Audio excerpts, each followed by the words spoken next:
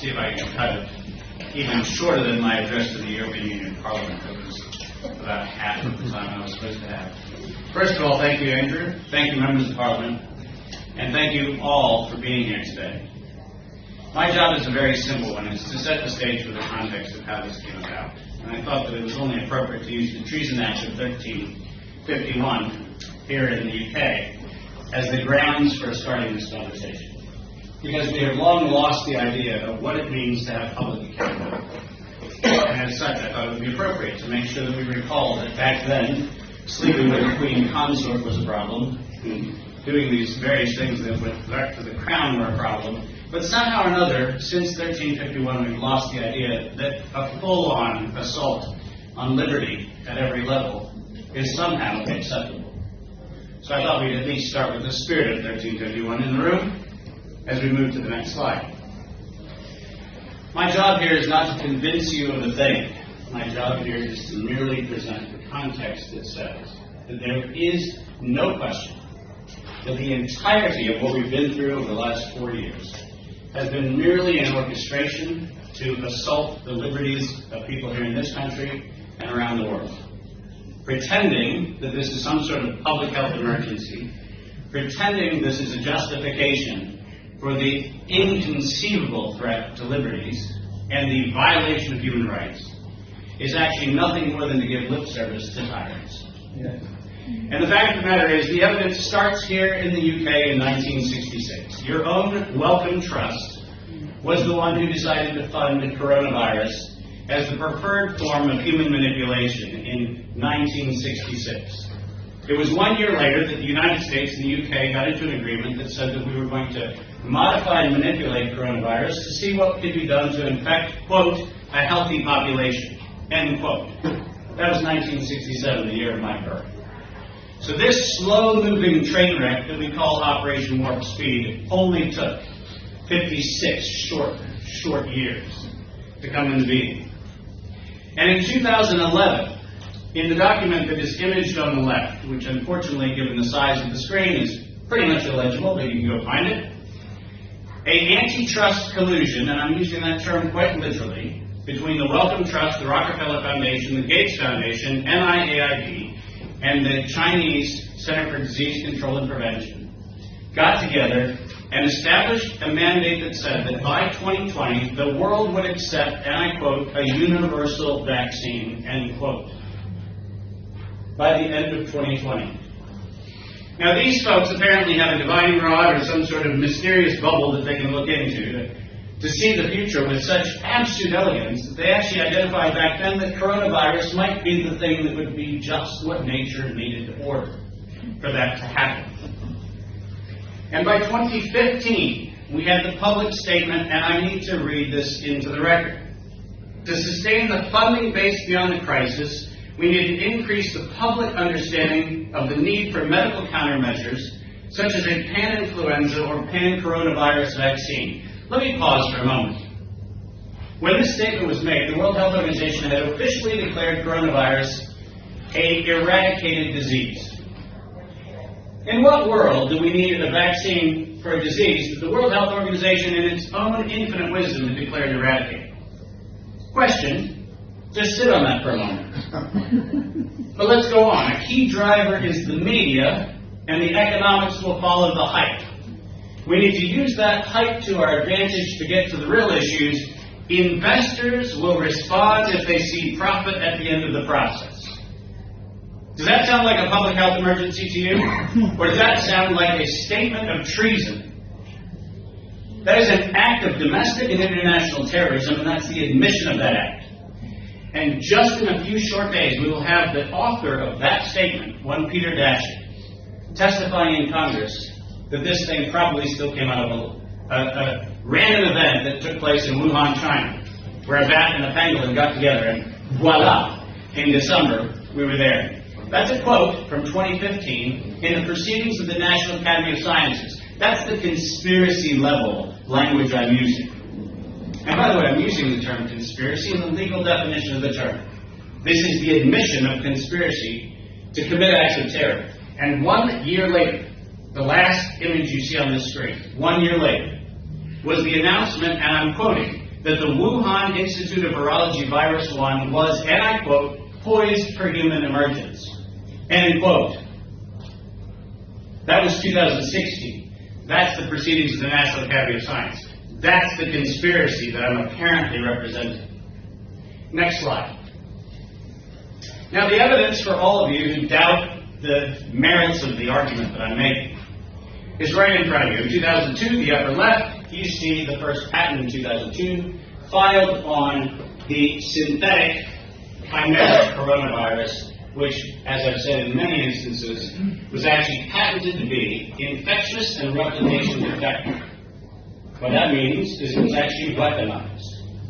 That's not an allegation, that's a statement of fact, because in 2005, you see at the bottom of the curriculum vitae of one Ralph Baer, line 57, I believe that is, of his bio, says, synthetic coronaviruses, biohacking, biological warfare enabling technologies.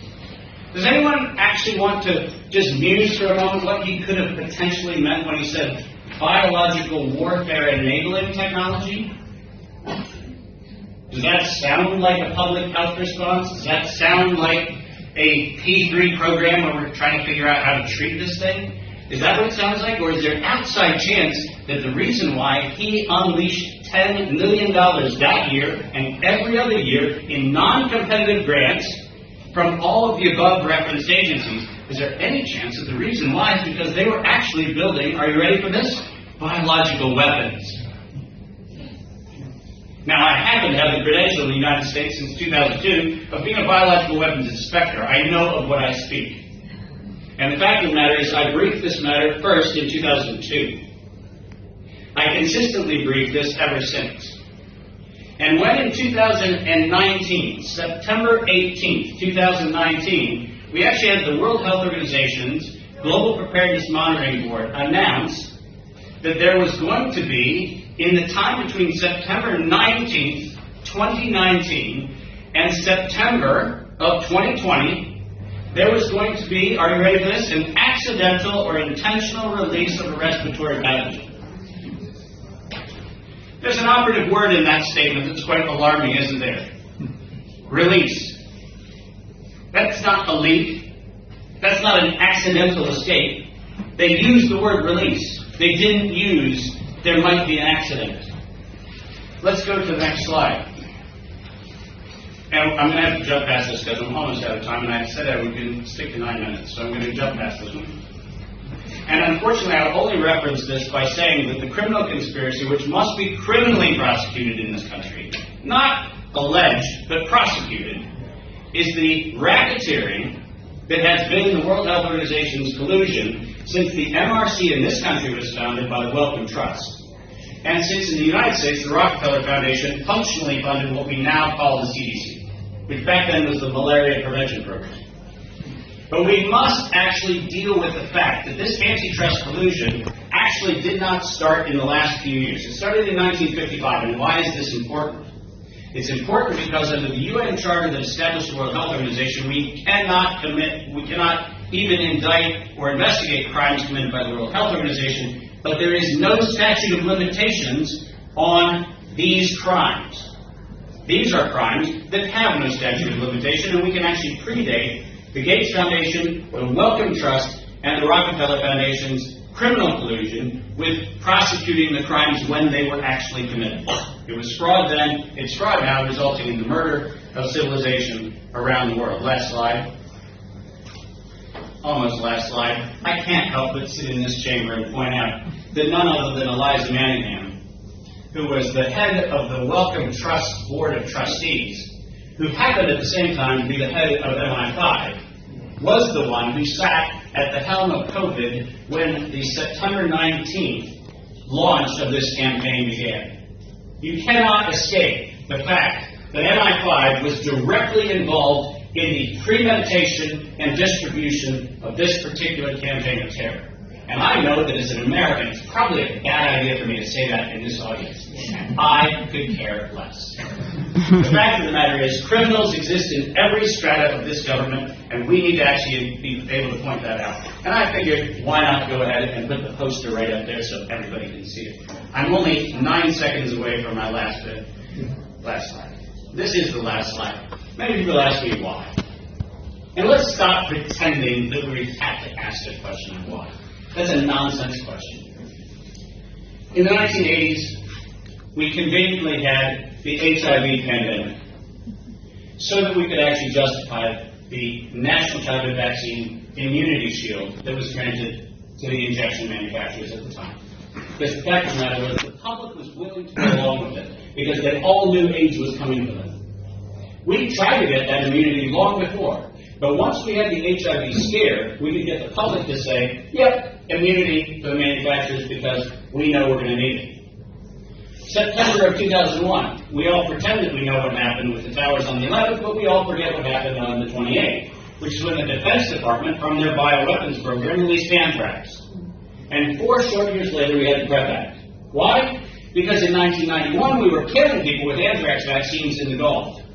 And we needed to come up with a way to get the adult provisions protection into adult injections because the Childhood Act didn't give them the cover that they needed. And so 4 short years later, we have the PrEP Act, which gives us medical countermeasures, and it gives us corporate immunity. So guess what SARS is?